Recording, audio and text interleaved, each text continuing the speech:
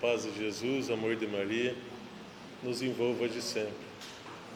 É uma alegria para nós poder estar de volta nessa casa que sempre tão bem nos acolheu e nos acolhe mais uma vez.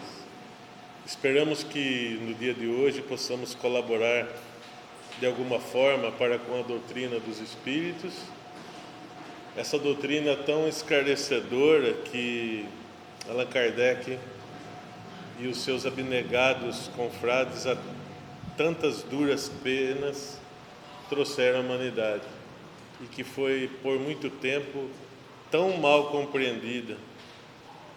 O nosso tema de hoje, servir agora ou depois, começa mais ou menos assim. Era uma tarde, quase noite, quando aquele homem caminhava por ruas desertas. Ele era muito imponente, tinha um cargo muito alto, e no seu íntimo ele tinha a certeza de um encontro que haveria de ter com alguém muito importante. Públio Lentulus, o nosso conhecido de hoje, Emmanuel, foi uma das encarnações de Emmanuel. Ele tinha um dilema em sua vida, ou vamos dizer assim, uma contradição muito grande, pois sua esposa, Lívia, tinha como prática encontrar, juntamente com sua serva Ana, nas catacumbas, como vieram a ser conhecidas depois as catacumbas de Santo Estevão, ela se encontrava com os cristãos, com um núcleo de cristãos na época.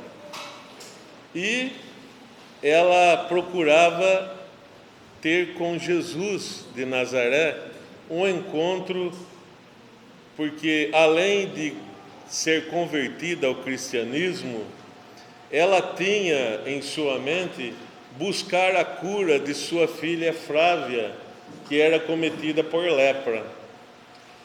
E toda vez que Lívia ia com sua serviçal Ana ao encontro dos cristãos, era uma briga na casa do imponente senador. O senador blasfemava e era sempre um conflito, pois ele, na sua posição de senador romano, ele não podia consentir aquilo que era entendido como contra os seus preceitos. Então, toda vez que Lívia ia aos encontros, tinha briga na casa do senador, até o ponto que ele decidiu por gelá-la, deixá-la de lado, deixá-la como se fosse quase que uma serviçal, com poucas liberdades. Mas Lívia, apesar do seu marido ter essa certa implicância com o carpinteiro de Nazaré, ela nada falava, ela nunca reclamava e continuava a ir ao encontro dos cristãos. Mas certo dia, em um desses encontros, Lívia teve a grata satisfação de encontrar com o próprio Cristo, que disse a ela que sua filha Flávia estava curada da moléstia. Mais do que depressa, ela sai com as lágrimas nos olhos, correndo quanto mais pudesse para constatar que realmente sua filha estaria curada. Jesus, através da sua autoridade de governador planetário e formador do nosso orbe terrestre, sabendo de todas as regras, sabendo de todas as consequências, de todos os tipos de reencarnações compulsórias, missionárias, enfim, Jesus, com a sua autoridade, curar a menina à distância. E quando Lívia chegou na sua casa, ela pôde constatar com seus próprios olhos que Flávia estava completamente curada, completamente sã. A menina agora tinha fome, corria, e o grande senador também pôde constatar com seus próprios olhos. Mas o seu orgulho não deixou que ele admitisse Então ele disse que se tratava aquela cura das beberagens que a menina havia ingerido ao longo do tempo, através dos vários especialistas da época que ele, senador romano, havia levado. Mas no seu íntimo, ele sabia que se tratava de alguma coisa daquele feiticeiro. Porque Jesus era tido como um feiticeiro. Jesus era tido como alguém que hipnotizava as pessoas que o seguiam e nunca mais conseguiam se distanciar dele. E aquela verdadeira praga, porque Jesus estava sendo considerado uma praga naquela região. Então Públio Lentulus não admitiu, mas ele sabia no seu íntimo que se tratava de Jesus que havia curado sua filha. Porque em segredo, ele sempre estava procurando saber notícias do Mestre. Ele sempre estava farejando, vamos dizer grosso modo, onde Jesus estava, para saber um pouco dele. E foi então, como dissemos no começo, andando por ruas desertas, no entardecer quase noite, que o grande senador romano começou a sentir algo diferente. Começou a sentir as pernas tremerem, começou a suar frio, começou, sem saber, as pernas não conseguiam segurar o peso do corpo, começou a sentir um frio na barriga, de repente começou a chorar sem saber por quê, e logo ele descobriu o porquê. Ao longe ele viu Jesus. Jesus vinha plácido, vinha ao seu encontro. Ele pensou em se desviar, ele pensou em sair de perto, mas era tarde. Era magro, 1,70 m e pouco de altura, os cabelos do cor do ouro, a barba abundante que descia pelo peito e os 2 olhos da cor do céu. As vestimentas, chamadas na época de vestido inconsútil, pois era um vestido de linho puro, sem costura, que apenas reis e príncipes usavam, mas que na verdade a grande tecelã era Maria de Nazaré, ela que fazia a vestimenta do Cristo, pois para ela ele era o seu verdadeiro rei, o seu verdadeiro príncipe. Sobre o corpo, um manto da cor do barro cozido, nos pés, a sandália de couro cru, trançadas, e um olhar hipnotizante. Porque Jesus era assim. Quando Jesus olhava para a multidão, ninguém conseguia se desvencilhar do seu olhar. Tinha 2 sintomas: ou a pessoa sentia uma paz extrema, ou a pessoa ficava perturbada. E então, o grande senador romano, tentando se segurar sobre o peso das pernas, foi vendo Jesus se aproximando dele. E quando Jesus chegou perto dele, disse que a cura da sua filha Flávia se devia à grandeza não dele, senador romano, e sim de sua esposa dedicada e fiel, que veio em busca para conseguir a cura dela. E também disse o seguinte, que naquele momento, Públio Lentulus estava numa hora derradeira de decisão da sua vida. Se ele decidisse naquele momento seguir o Mestre Jesus, seguir os preceitos de Deus, sua vida caminharia para um lado. Mas se ele decidisse não segui-lo, aí então ele ia ter que esperar tombar os milênios. Públio Lentulus, ou melhor, o nosso conhecido Emmanuel, disse que o orgulho prevaleceu. Disse que, ao invés, embora tivesse vontade de se ajoelhar aos pés do Mestre e beijar os seus pés, o orgulho da sua patente, do seu cargo, fez com que ele se calasse e não aceitasse o convite de Jesus. Emmanuel narra que a partir daquele momento se deu sobre sua vida uma verdadeira ciranda de acontecimentos. Já logo depois que ele teve esse encontro com Jesus e optou por não aceitar, o seu filho Marcos, de tenra idade, foi sequestrado por seus inimigos mais vorazes e ele nunca mais soube o paradeiro de seu filho.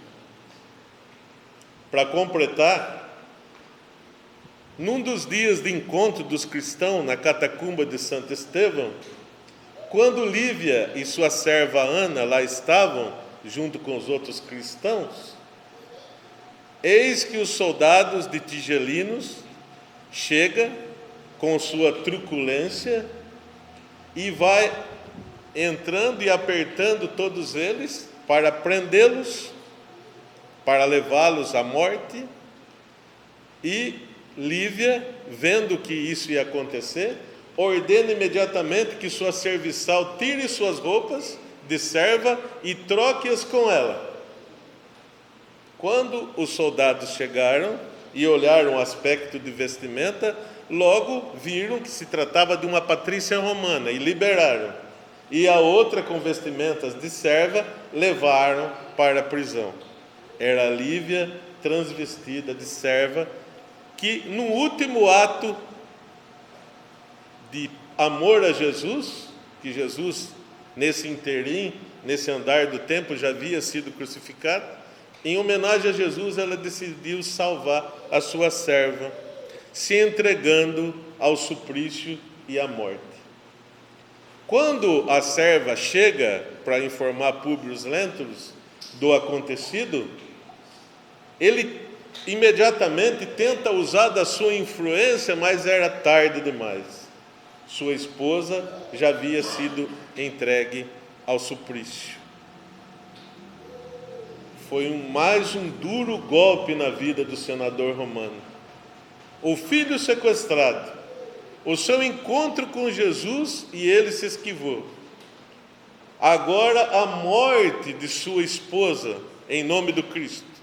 Então ele começou a pensar, esse Cristo deve ser alguém muito importante, deve ser realmente um portador da verdade, porque minha esposa, embora sendo centrada em entregar a sua vida em nome do Cristo, e aí então o arrependimento foi vindo, por ter gelá-la num canto, por ter deixá-la de lado, com pouca liberdade, brigando com ela, perseguindo, veio tudo à tona na sua mente, e o senador decidiu entregar o cargo.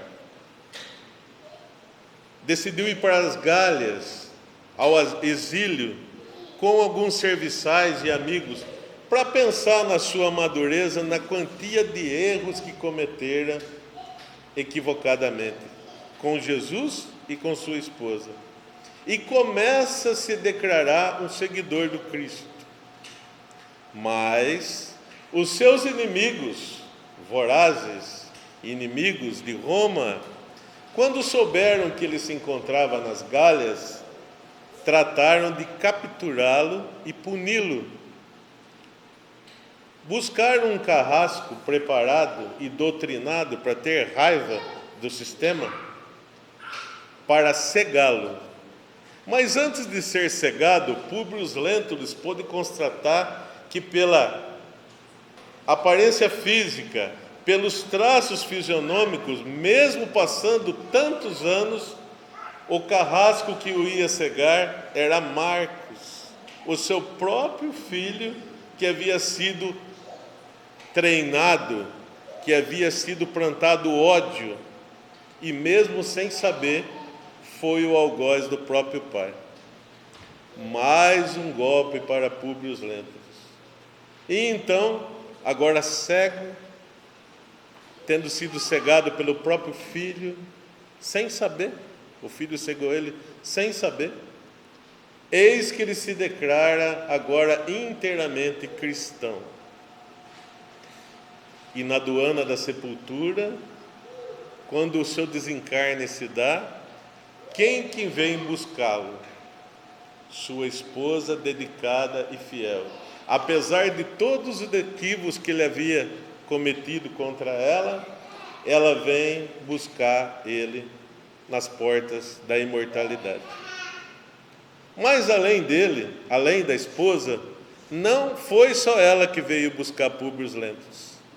Veio uma figura que ele havia visto apenas uma vez, muito de relance, que estava com um farnel sobre os ombros. Era o convertido de Damasco, Paulo de Tarso. O mesmo Paulo de Tarso que, quando era Saulo de Tarso, que todos conhecem a história, às portas de Damasco, que havia pedido ao Sinédrio toda a liberdade para fazer o que quisesse com Ananias, um dos últimos colaboradores do Cristo, e fora conseguido isso, às portas de Damasco, com uma luz mais forte que o sol, dizendo: Saulo, Saulo, por que me persegues? Cai no chão poeirento da Síria, do deserto da Síria, e eis que fica cego. E chegando a Damasco, na rua direita, como Cristo mesmo indicou, ele procura Ananias. E aí, Ananias, o que fez? Ah, você veio me matar? Agora eu vou matar você também. É isso que Ananias fez? Não. Seguindo os preceitos do Cristo, com sua mediunidade enorme, sendo que o Cristo havia dado instruções para ele, ele já sabia que Saulo de Tarso estava à sua procura, retira as escamas simbólicas da cegueira dos olhos de Saulo de Tarso, e eis que ele volta a ver. Os seus abnegados soldados, que seguiam suas ordens, ficaram aturdidos ao ver aquele imponente homem falando com tanta reverência ao Ananias, aquele que ele estava indo buscar para matar, e o abandonam. Imediatamente, se vendo sozinho, ele vai procurar o seu pai, que era um homem sensato, centrado, e diz a ele que havia encontrado a verdade, havia encontrado Cristo. Seu pai lhe vira as costas e dá apenas um saquinho de moedas para ele viver sua vida. Então, o agora Paulo de Tarso, convertido de Damasco, ele tem que se encontrar, ele tinha que se refletir sua vida. Foi viver mais de 3 anos no deserto, sendo guia de caravaneiros, sendo tecelão de barracas, foi ficando com a pele encrestada, foi ficando com os cabelos emprastados de poeira do deserto. E quando ele volta, eis quem ele vai procurar. O mesmo que ele havia tido atritos ferozes de ameaça de morte, Simão Pedro. Mas Simão Pedro, com sua mediunidade enorme e com o aviso do Cristo, que também sabia que Paulo de Tarso ia procurá-lo, eis que o aceita junto com ele, a contragosto dos outros companheiros, porque Saulo de Tarso, antes de ser Paulo de Tarso, ele matava em nome de Deus, ele seguia a lei mosaica, ele era fanático. É por isso que na doutrina espírita a gente diz que tudo que é fanatismo não pode ser de Deus. Então, ele matou seu próprio cunhado, Gesiel, de pseudônimo Estevão. Imagine só eles. Imagine a gente ver um que perseguia os cristãos, que mandava apedrejar, matar, agora dizendo que quer seguir o Cristo. É lógico que eles ficaram arredios. Mas Simão Pedro, tendo o aviso do Cristo, eis que o aceitou no meio deles. E eles se tornaram muito amigos. Eles se tornaram irmãos. E então, quando Paulo de Tarso morreu pelo fio da espada e foi recebido pelo Cristo, ele pediu ao Cristo a oportunidade de ser recepcionista de todos aqueles que, quando cruzasse o portal da vida espiritual, e todos aqueles que foram opositores do Cristo, ele fazia questão de recepcionar e auxiliar. E é por isso que, além de Lívia, ele também, Paulo de Tarso, veio recepcionar Públio Lentulus, o nosso Emmanuel. Então se deu uma conexão muito grande entre os dois. E é por isso que, quando Chico Xavier escreveu Paulo e Estevão, se deu dessa forma. Emmanuel, o nosso Públio Lentulus do passado, falou para Chico que precisava escrever um livro, Paulo e Estevão, devido ao seu amor que ele tinha a Paulo de Tarso. E precisava de Chico 30 dias integrais para escrever essa obra. Aí Chico pensou. Chico trabalhava na Fazenda Modelo naquela época, década de 20 e pouco, 30, e ele pensou assim: eu vou pedir para o Dr. Paulo Juviani umas férias, talvez. Mas quando ele foi pedir, o seu chefe disse para ele que precisava de um serviço dele.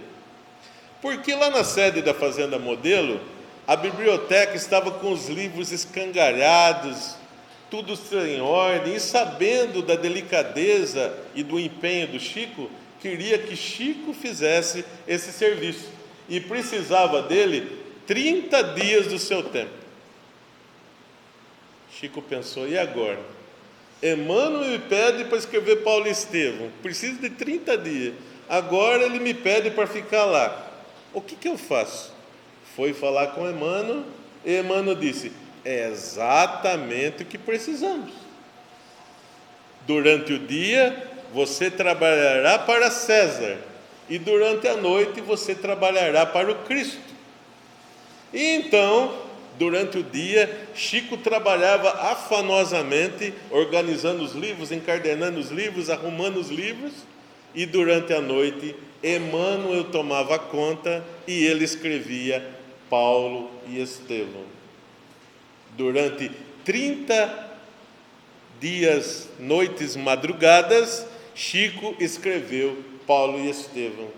E ele narra que na parte final, na parte derradeira, que quando Paulo foi executado pela lâmina da espada, Paulo e Emmanuel quiseram dar um presente para Chico, fazendo com que ele visse na íntegra como se deu a execução e como se deu a recepção de Paulo no mundo espiritual. Chico narra que não aguentou e desmaiou. E quando acordou, a obra estava pronta. Porque a obra Paulo e Estevão é uma obra feita a 3 cabeças. Feita a 3 cabeças. Paulo de Tarso transmitia para Emmanuel e Emmanuel transmitia a Chico. Era uma tríade. É por isso que quando a gente lê Paulo e Estevão, a gente nota as particularidades, inclusive da personalidade de Paulo de Tarso. Não é surpresa, pois ele passava na íntegra para Emmanuel e Emmanuel passava para Chico.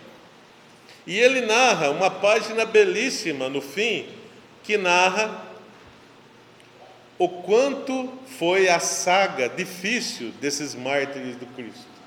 Porque Emmanuel, 50 anos depois do seu desencarne, ele se reencarna novamente.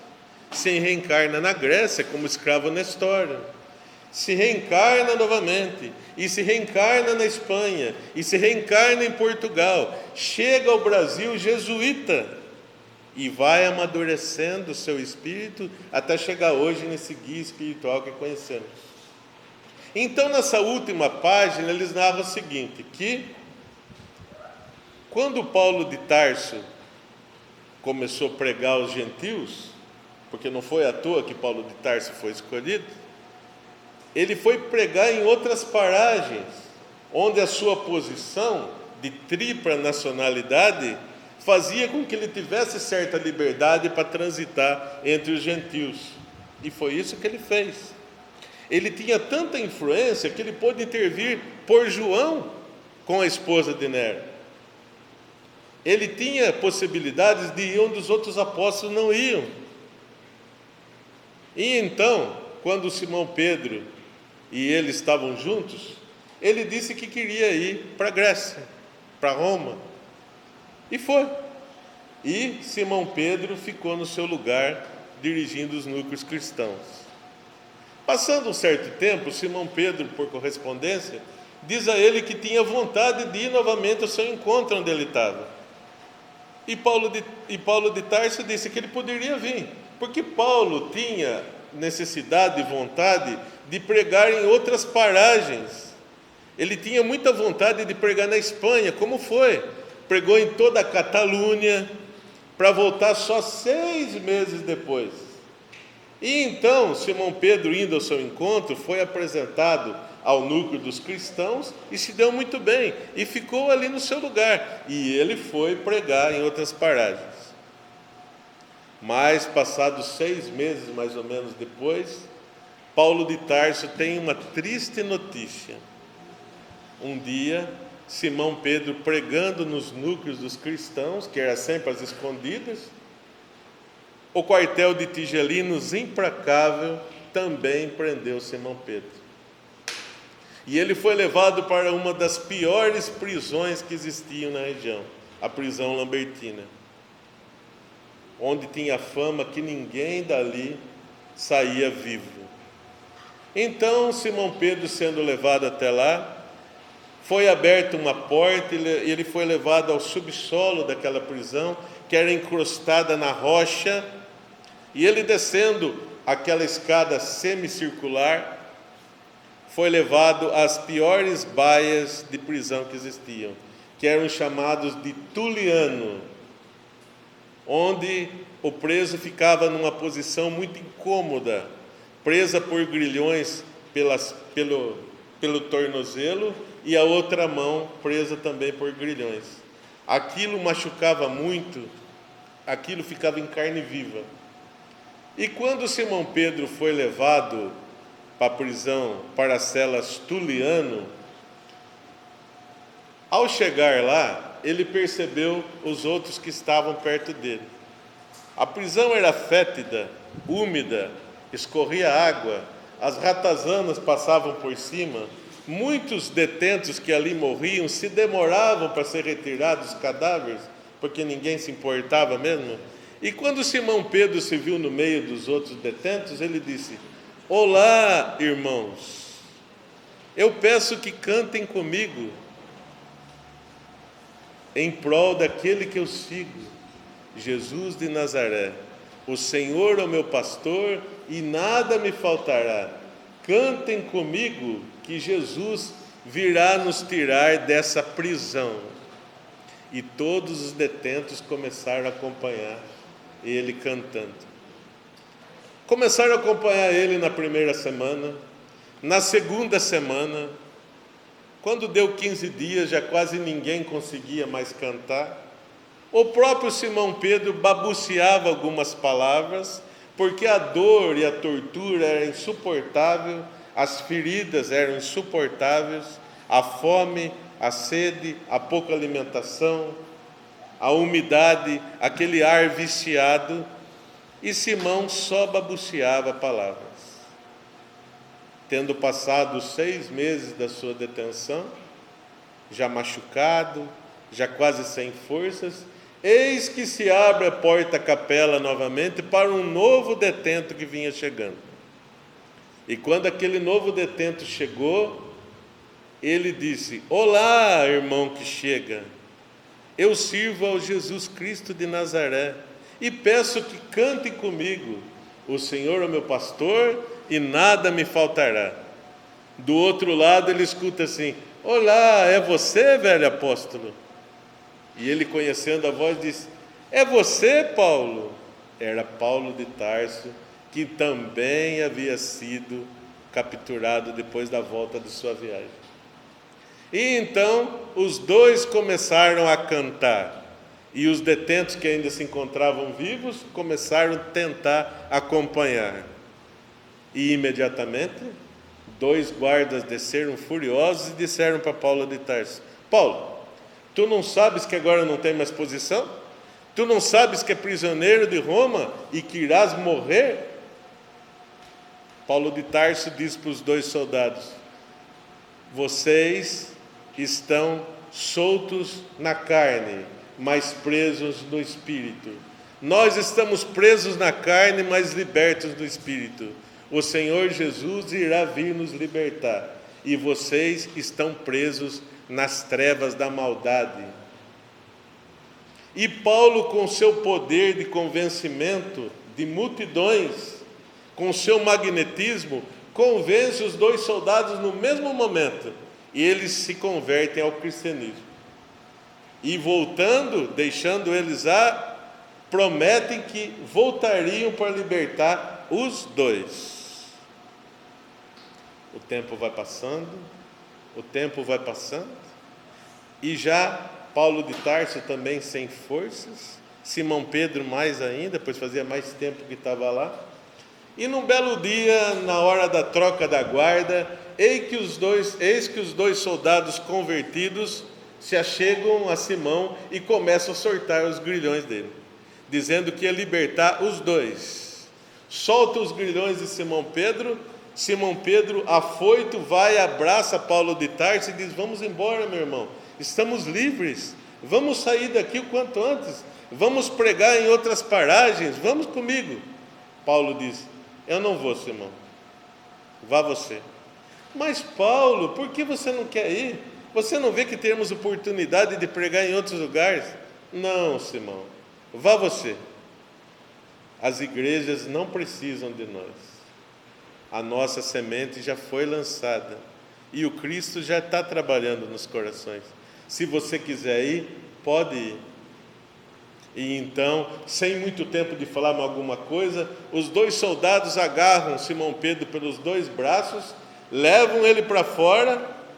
Era uma noite estrelada, e ele respira aquele ar limpo, muito contrário daquele lugar fétido que ele estava. E eles dão a ele o alforje, um cantil, algumas especiarias para ele comer no caminho, e diz para ele: suma daqui, vai embora. E ele vai como? Os tornozelos inchados, sangrando, o peito ainda arfando com aquele ar viciado da prisão. Mas ele pensa assim: eu vou embora e vou pregar em outros lugares. Então, tomando forças, ele começa a andar, ele começa a trotear, ele começa a ensaiar uma corrida, e vai andando, e começa a passar pelas ruas, vendo aqueles casarões de mármore, com aquelas tochas fumarentas na rua, e ele vai se distanciando, cada vez mais, e quando estava amanhecendo, ele já pode ver a cidade ao longe. Ele vê aquele caminho, aquela estrada reta e longa. Ele toma coragem e vê que pode ir para outros lugares. Ele pode pregar o evangelho em outras paragens, e começa a andar, e continua a andar, mas de repente ele vê na estrada uma pessoa que vinha ao seu encontro, ao sentido contrário, correndo, com os cabelos ao vento, o manto esvoaçando. E quando chega mais perto, ele olha e diz: mas não pode ser, é ele. Era Jesus que vinha ao seu encontro.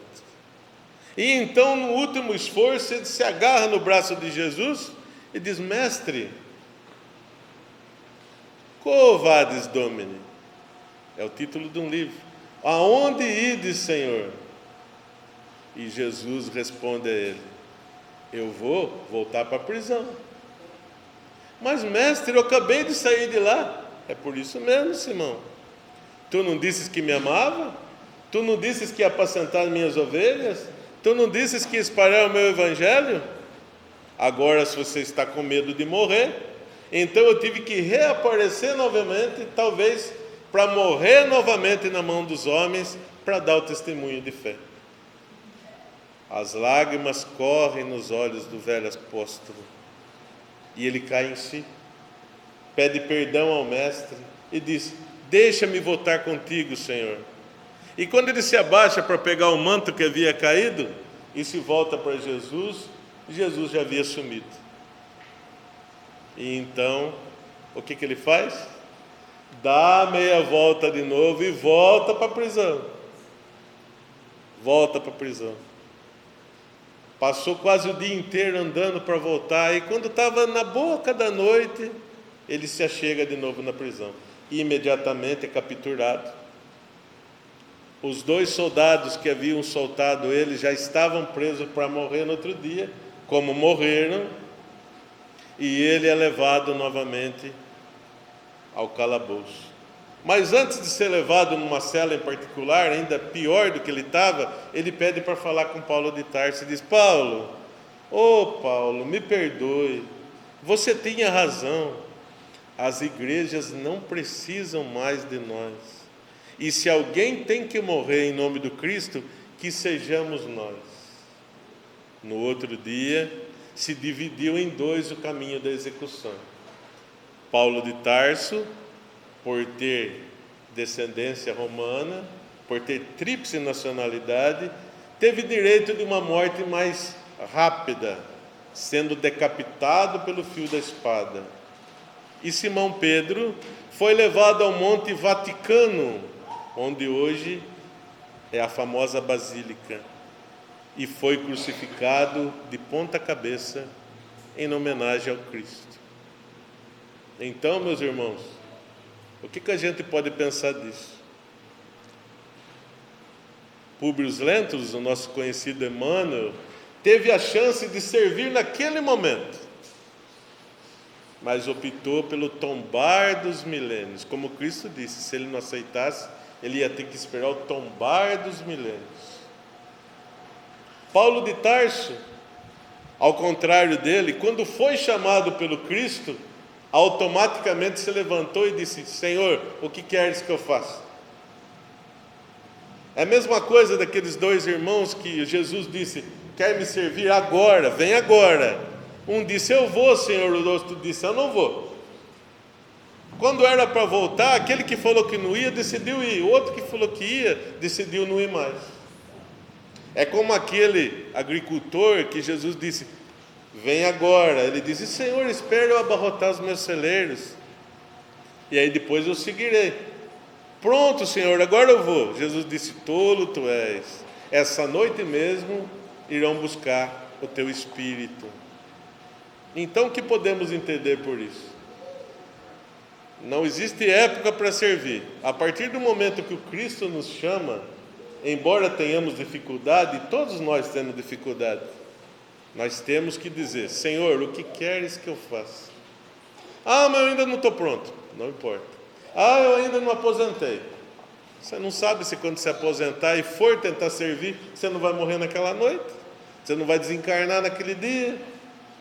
Então a gente tem que servir do jeito que a gente está. O chamado vem, a gente serve, porque Jesus é que sabe a hora certa da gente servir. Muita gente diz: eu ainda não estou pronto. Mas se você não começar, Chico Xavier, se fosse esperar tudo estar contento, ele nunca ia servir o Cristo. Porque órfão de mãe aos 5 anos de idade, morando com uma madrasta que dava 2 surras por dia nele. Um menino que tinha que lamber ferida, porque a sua madrasta fazia ele lamber ferida, que era a simpatia que tinha ensinado para ela. E lambendo a ferida do seu priminho, ele disse que enxergava energias curativas que desciam sobre o menino. Então, desde pequeno, mesmo no sofrimento, Chico Xavier já tinha optado por servir. E nós, que temos hoje em dia toda a comodidade do mundo, ficamos inventando um monte de empecilho para não servir. Não é em tom de ameaça que a gente diz, mas o amanhã pode ser tarde. O amanhã pode ser outra fase da nossa vida, e a gente vai dizer: puxa vida, eu tive chance de anular tanta coisa nessa encarnação presente e deixei para outra. Deixei para o tombar dos milênios, como Públio Lentulus escolheu. Quantas encarnações Públio Lentulus teve que passar para enfim se encontrar como um servo do Cristo, o guia espiritual de Chico Xavier? Então, a mensagem da noite é essa: servir agora ou depois. Muitas vezes, o momento que a gente acha que não é certo, é o tempo que Deus nos escolheu para começar a servir. E mesmo fazendo um trabalho de formiguinha, a gente pode sempre auxiliar alguém. E Jesus entende o nosso trabalho não pela quantia, e sim pela nossa boa vontade. Que a paz de Jesus, o amor de Maria, nos envolva de sempre.